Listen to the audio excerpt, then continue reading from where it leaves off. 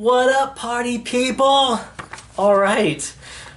So earlier this week, we talked about Psalm 23 and also 1 John chapter 2.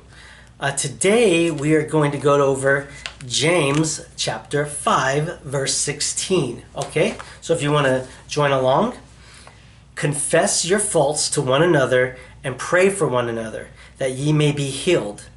The effectual fervent prayer of a righteous man availeth much. That's James 5:16. James is writing that we need to confess our faults to one another and pray for one another so that we can be healed. And this seems so counterintuitive, doesn't it? Because most people, they're like, no, the hiding is what protects me.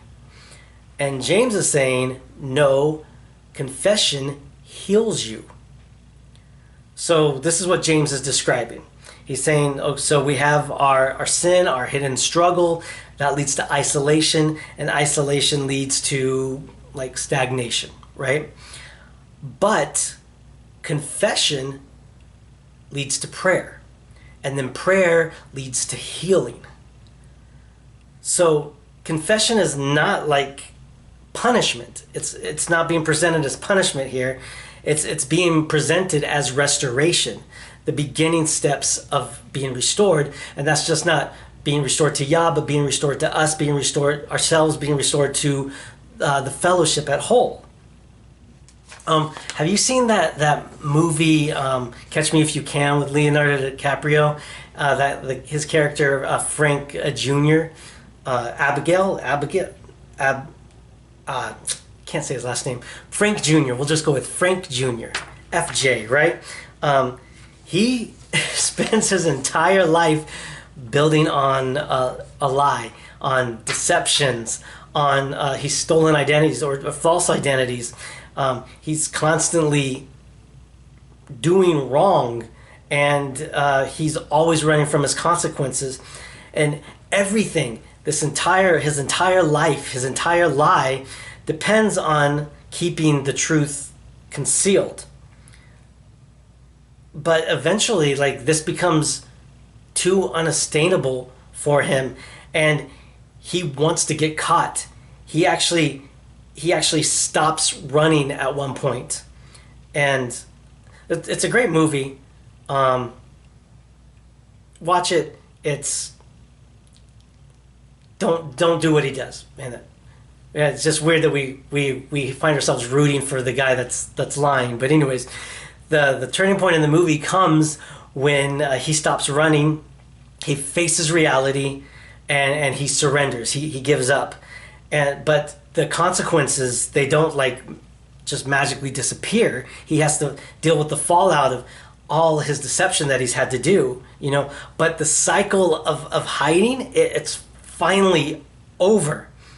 And James is actually describing like the same thing as this. As long as something remains hidden, it controls you. It will isolate you, and it will only grow in that darkness. But when it's brought into the light, prayer becomes possible. Healing becomes possible, and restoration becomes possible. So confession does not erase the past, but it does end the burden of carrying that. And what we hide can sometimes feel safe, because we're like, what if people are going to reject us? This the secrecy, it's not going to lead to healing. I mean, maybe you can heal from smaller things, but bigger things, it's kind of hard to heal, especially the longer you hold on to this sin or this secret or whatever. And we're like, we think that people might reject us for this, and they might. But I guarantee you, it's worse holding on to something. I'm not saying that that's easy. It's hard to confess our faults to other people. It is. And it's really scary because, again, what if they reject us? And let me give you an example from my own life. I'm not going to tell you what it was because I've already confessed this, and I don't want to tell you. But something that I had struggled with for years, there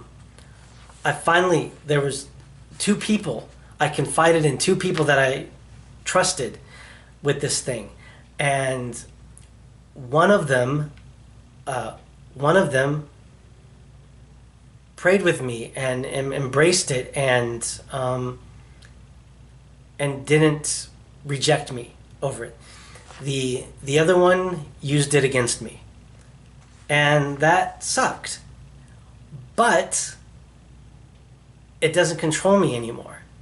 I'm free of it, and it's because I brought it into the light. I'm not saying that struggle couldn't come back, but now, like, I'm aware of it. I have people that are aware of it, and healing has begun in my life because I was able to trust people, even though one of them used it against me. So I will always take healing over carrying that burden. So let me ask you this. What burden have you been carrying alone that Yah may be calling you to bring into the light? Let me know in the comments below. Please like and share this video with somebody that needs to hear it. And now let's connect all of it. So once we put all these together, the pattern becomes really clear here. In Psalms 23, we know that Yah is with us in the valley. In 1 John 2, we know that his presence will produce our integrity and our transformation to walk more like him.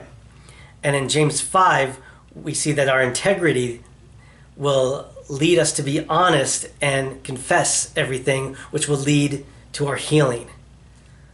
So these passages teach this beautiful progression, right? That Yah's presence will give us the courage to be honest. And when we become honest, we can stop pretending. We can stop hiding. We can stop maintaining our masks, and we can begin walking in truth. Many people will spend years hiding. They will be hiding their sins, their wounds, and their fears, their hurts, their struggles, and sometimes even their true selves. But Yah does not call us to hide. He calls us to walk with him. And because he is with us, we can face that valley, we can walk in integrity, we can confess honestly, and we can experience healing. Fear tells us to hide, pride tells us to pretend, but Yah says, I am with you. And when we truly believe that, we no longer live behind masks. Until next time, shalom.